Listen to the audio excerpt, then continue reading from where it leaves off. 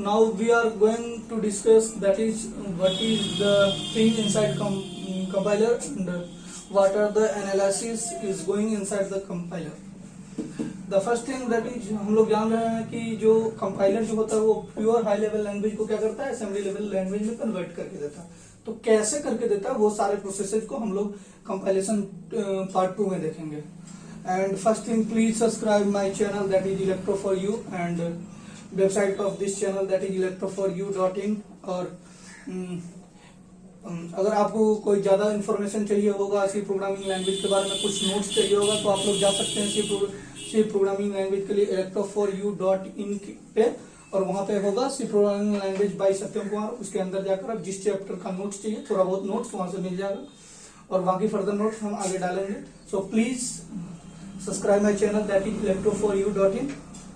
तो आगे इस वीडियो में हम लोग डिस्कस करेंगे कि कंपाइलर के अंदर होता क्या है, कौन कौन से एनालिसिस होते हैं और कैसे प्योर हाई लेवल लैंग्वेज जो है असेंबली लेवल लैंग्वेज में कन्वर्ट हो जाते हैं. तो सबसे पहला जो एनालिसिस होता है that is lexical analysis. Lexical analysis में क्या होता है कि हम जो एक लॉजिक लिखते हैं, कोड लिखते हैं, वो कोड को स्ट्रीम्स ऑफ टोकन में कन्वर्ट कर देता है लेक्सिकल एनालिसिस में. इसके बाद ये स्ट्रीम्स ऑफ टोकन में कैसे कन्वर्ट होता है, क्या होता है, वो हम लोग फर्दर डिस्कस करेंगे थोड़ा बहुत. और इसके बाद basically it is the topic of compiler design, but for compilation system it is much more necessary to know about it. तो थोड़ा बहुत जानेंगे हम लोग इसके बारे में, जान लेना जरूरी है ताकि अगर फर्दर हमसे कोई डिग्री कुछ पूछ दे तो इसके बारे में जानना जरूरी है. तो सबसे पहले लेक्सिकल एनालिसिस में क्या होगा कि हमारा जो कोड है वो कोड जो है स्ट्रीम्स ऑफ टोकन में कन्वर्ट हो जाते हैं. इसके बाद जो होता है stream of token syntax analysis के द्वारा एक पार्ट स्ट्रीम में कन्वर्ट होता है. अब एक लॉजिक को एक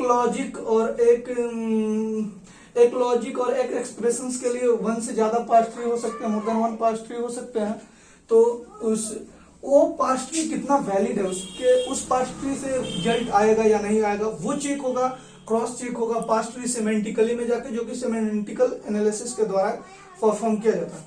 इसके बाद ये जो पार्ट ट्री जो होता है, पार्ट ट्री से रिजल्ट आएगा या नहीं आएगा, सिमेंटिक एरर को दूर करना कि हमारा पार्ट ट्री मीनिंगफुल है या नहीं है, वो किया जाता है सिमेंटिक एनालिसिस के द्वारा. इसके बाद ये जो होता है इंटरमीडिएट कोड जनरेशन में क्या होता है कि हमारा जितना भी लॉजिक है, जितना भी वेरिएबल्स यूज हुए हैं वो 3 एड्रेस कोड में कन्वर्ट हो जाता है, 3 वेरिएबल्स में कन्वर्ट हो जाते हैं.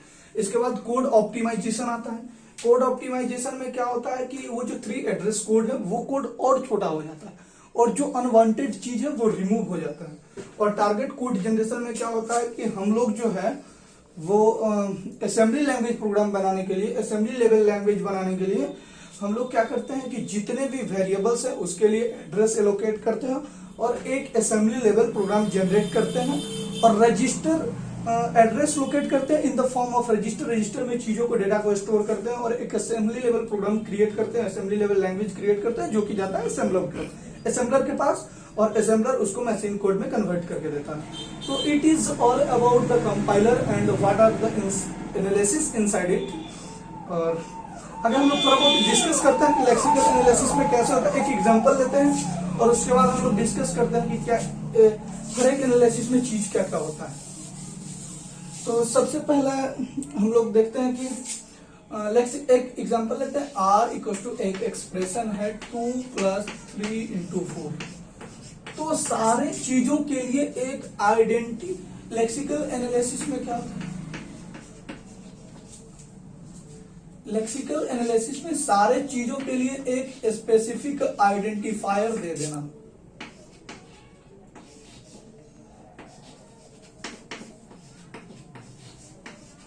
सारे चीजों के लिए एक अलग आइडेंटिफायर प्रोवाइड कर देना. तो हम लोग क्या करते हैं, इसके लिए अलग एक आईडी दे दी, इसके लिए अलग आईडी दे दी, इसके लिए अलग आईडी दे दी, इसके लिए अलग आईडी दे दी. तो सारी चीजों के लिए डिफरेंट आईडी प्रोवाइड की. इसी को कहा जाता है स्ट्रीम्स ऑफ टोकन में तोड़ना, किसी चीज को, किसी भी लॉजिक को स्ट्रीम्स ऑफ टोकन में तोड़ना. तो ये काम होता है लेक्सिकल एनालिसिस का. इसके बाद सिंटेक्स एनालिसिस में हम लोग क्या करते हैं, पार्स ट्री क्रिएट करते हैं. पार्स ट्री में क्या होता है, हम लोग देखते हैं कि हमारा जो ग्रामर होता है वो इस तरह से था, कोई expression equal to expression plus expression और एक्सप्रेशन इंटू एक्सप्रेशन और स्लैश आईडी। तो क्या होता है, ये हमारा ग्रामर होता है। इसी ग्रामर के बेस पे पास्ट ट्री क्रिएट होता है।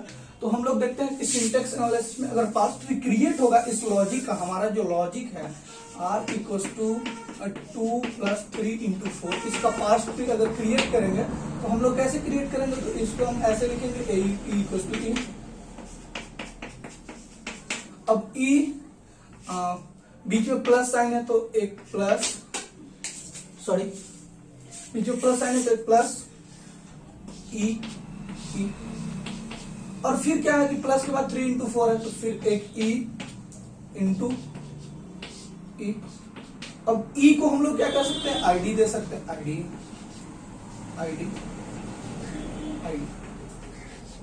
तो यहां पे आया, इस id के लिए वैल्यू है 2, इस id के लिए वैल्यू है 3 और इस id के लिए वैल्यू है 4। तो हमारे पास क्या है 2 + 3 × 4, एक ऐसा ट्री बना। तो इस ट्री के लिए एक ऐसा ट्री बना, पास्ट ट्री। इसके अलावा भी एक ट्री बनेगा, वो ट्री कैसा बनेगा उस पर डिस्कस करते हैं कि वो ट्री कैसा बनेगा।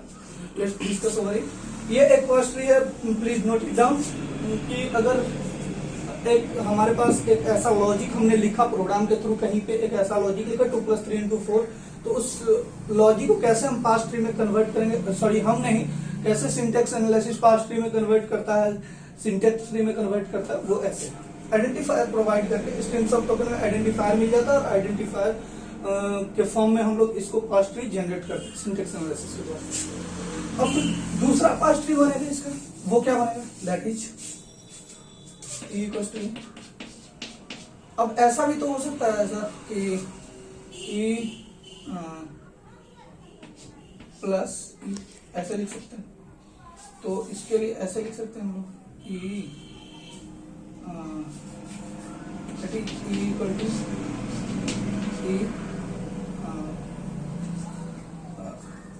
Plus e plus sorry e into e ऐसे लिख सकते हैं। उसमें फर्स्ट में प्लस लिखे थे, इस बीच में इंटू, और इसको ऐसे लिख सकते हैं e + e id, क्योंकि ग्रामर में हमारे पास 3 चीज है, e equivalent to e + e, e equivalent to e into e। तो हम लोग प्लस e वाले से पार्ट ट्री हम लोग ने जनरेट कर लिया था। अब e इंटू e वाले से पार्ट ट्री जनरेट कर रहे हैं स्टार्टिंग में, और या तो e की जगह हम id भी दे सकते हो, तो लास्ट में id सबको दे दिए। अब क्या id का वैल्यू पहला था 2 + 3 × 4, तो एक ऐसा बना, एक ऐसा बना, ये दूसरा पास्ट ट्री है। तो सर इस अब क्या होगा कि ये दोनों पास्ट ट्री जो है वो कौन रिजल्ट हमको देगा, कौन जो है वैल्यूएबल रिजल्ट देगा, कौन मीनिंगफुल है, वो चेक होगा पास्ट ट्री सिमेंटिकली में। तो हम ये दोनों पास्ट ट्री के बारे में डिस्कस करेंगे अगले में कि कौन हमको स्पेसिफिक रिजल्ट देगा, स्पेसिफिक मींस मीनिंगफुल रिजल्ट देगा। तो पहला पास्ट ट्री था हमारा e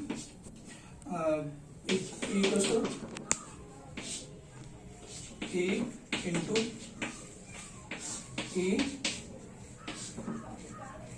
और e + e और id, और id को मिला था 2, और ये id को मिला था 3, और ये id को मिला था 4। अच्छा, ये हुआ पहला।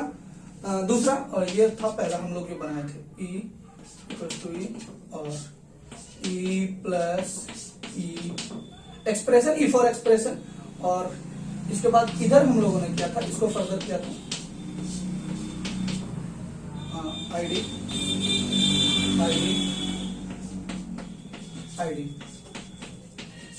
तो हम लोगों ने इसको दिया था 2 3 4। तो ये भी हुआ 2 + 3 × 4, और ये भी हुआ 2 + 3 × 4। लेकिन दोनों में रिजल्ट हमको कौन प्रोवाइड करेगा, सर इसका अगर रिजल्ट देंगे तो 2 + 12 दैट इज 14, ये होना चाहिए। लेकिन इस और इस दोनों का क्रॉस चेक जो करेगा वो सेमेंटिक एनालिसिस में होगा। ये सिमेंटिक एनालिसिस करेगा कि कौन हमको मीनिंगफुल रिजल्ट चाहिए। सिमेंटिक एनालिसिस में ऐसा होगा, सिमेंटिक एनालिसिस में तो क्या होगा कि हमको मीनिंगफुल रिजल्ट चाहिए। मीनिंगफुल रिजल्ट के लिए अगर सर यहाँ पे 2 + 3 × 4 है, 2 3 5 × 4, 5 का 20 हो जाएगा, जो कि ये चाहिए। यहां से देखिए 2 + 3 × 4, तो 2 अलग से है साइड में, 3 × 4 पहले कैलकुलेट होगा, क्योंकि बॉटम से हम लोग ऊपर की तरफ अप्रोच करते हैं। तो यहाँ पे देखिए 2 + 3 × 4 किए थे तो 20 हुआ था। यहाँ पे बॉटम से नीचे से ऊपर जाएंगे तो 3 + 4 7, 3 × 4 12, फिर 2 ऐड हो, 12 + 2 14। तो this is all about syntax analysis and semantic analysis. Syntax analysis में क्या होता है कि पार्ट ट्री जनरेट होता है, और सिमेंटिक एनालिसिस में हम लोग चेक करते हैं कि कौन सा पार्ट ट्री मीनिंगफुल है, कौन सा स्टेटमेंट मीनिंगफुल है। अगर हम लोगों ने कहा कि जो we are sitting on the chair, ये स्टेटमेंट ठीक है क्योंकि ये लॉजिकली भी ठीक है, सुनने इसका एक मीनिंग भी है। लेकिन अगर हम कहें कि book is sitting on the chair, तो ये तो ठीक है, लॉजिकली ठीक है, बट सुनने में मीनिंगफुल नहीं है सेंटेंस। तो ये जो होता है, जो चीज मीनिंगफुल नहीं होता है सिमेंटिक एनालिसिस में, उसको सिमेंटिक एरर कहते हैं, और सिमेंटिक एनालिसिस उस एरर को दूर करता है। और रिजल्ट जो हमारा जो है वो कौन सा पास्ट रिजल्ट देगा, कौन सा पास्ट मीनिंगफुल रिजल्ट देगा, उसको वो सिलेक्ट करता है। तो ये आपका पास्ट सिलेक्ट हो जाएगा और इससे हमारा जो है रिजल्ट मिलेगा। अब next thing that is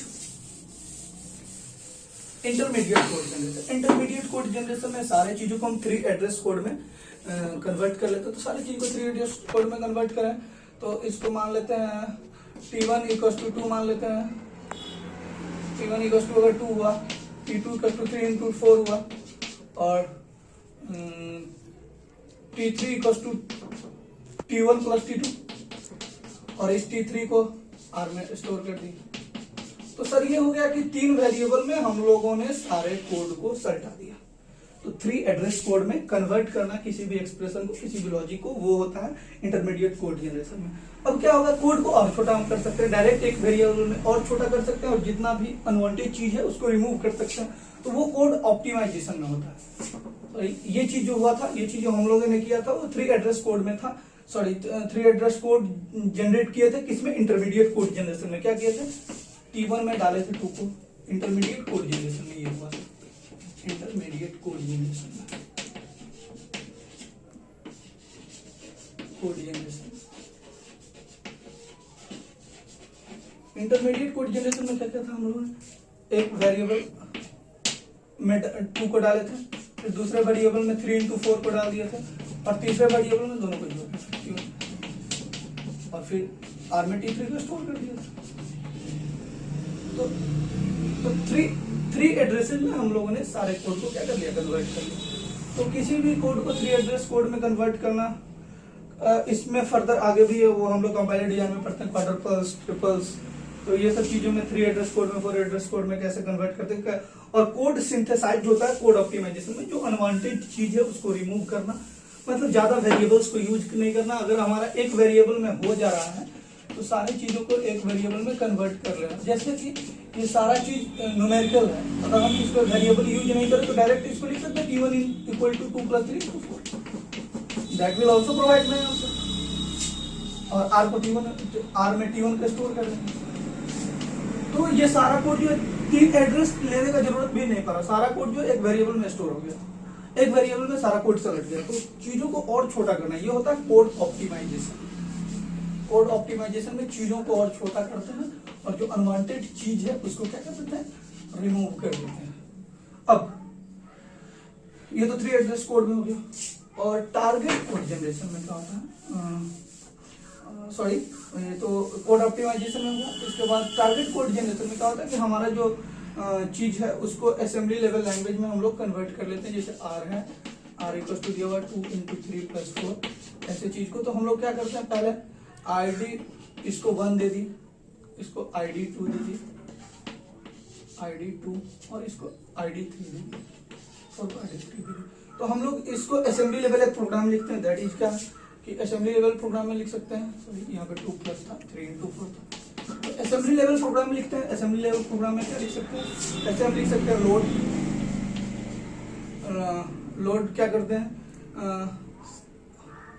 ID3 को लोड किया R1 में ID3 को लोड किया, ID3 को हम लोगों ने R1 में लोड किया। फिर क्या किया, मल्टीप्लाई किया R1 को 3 के साथ। तो जब भी ऐसे लिखते हैं मतलब R1 3 के साथ मल्टीप्लाई हुआ, फिर R1 में स्टोर हो गया। इसके बाद क्या किया, लोड किया R2 में ID2 को, और अब क्या किया कि ऐड कर दिया, R2 को पहले लिख दिया, R1 को बाद में लिखा। तो चूंकि मल्टीप्लाई होने के बाद R1 3 से मल्टीप्लाई होने के बाद फिर R1 में स्टोर हुआ था, तो मल्टीप्लाई होने के बाद ये चीज यहाँ आ गया, और क्या हुआ कि अब R2 के साथ वो चीज जुड़ गया, फिर R2 में स्टोर हो गया। अब R2 में सेव हो गया। अब R2 को क्या करेंगे, हम लोग स्टोर कर देंगे जो वेरिएबल है ID1। तो ID1 में हम लोग R2 को स्टोर कर देंगे। तो it is all about assembly level programming. इस प्रकार से कुछ प्रोग्रामिंग होता है, हम लोग आगे इसको फर्दर पढ़ेंगे। हम लोग का एक सिलेबस है कंप्यूटर साइंस इंजीनियरिंग में, एक सिलेबस है दैट इज माइक्रो प्रोसेसर, और उसमें हम लोग असेंबली लेवल कोड करते हैं और रन भी करवाते हैं माइक्रो प्रोसेसर पे। तो फर्दर उसको हम डिस्कस करेंगे। हम लोग तो पढ़ेंगे ही, सिलेबस में हमारे सिलेबस में माइक्रो प्रोसेसर में। तो असेंबली लेवल वहाँ पे बहुत सारे कोड करेंगे, बहुत तरह के डिफरेंट चीजें, बहुत सारे इंस्ट्रक्शंस हैं जिसके सहायता से हम लोग लोड करते हैं चीजों को, मल्टीप्लाई करते हैं, स्टोर करते हैं, फिर वो वन एक्यूमुलेटर से दूसरे एक्यूमुलेटर में लोड करते हैं। तो it is all about it all games about the register and accumulator. तो इस तरह से हमारा क्या होता है, असेंबली लेवल कोड जो होता है वो जनरेट होता है। It is all about compiler and parts of compiler, analysis of compiler, कैसे हमारा प्योर हाई लेवल लैंग्वेज जो होता है वो असेंबली लेवल लैंग्वेज में कन्वर्ट हो जाता है। तो काफी अच्छा और नॉलेजफुल टॉपिक था ये जानना बहुत जरूरी है कि कैसे हमारा कोड जो होता है वो हाई लेवल लैंग्वेज से लो लेवल लैंग्वेज में कन्वर्ट हो जाता है, कैसे हमारा लॉजिक जो होता है वो लॉजिक आगे परफॉर्म होता है, किस किस बेस में परफॉर्म होता है, कौन कौन से फेज में परफॉर्म होता है। तो it is all about compiler. और thank you, please subscribe this channel and thanks lot.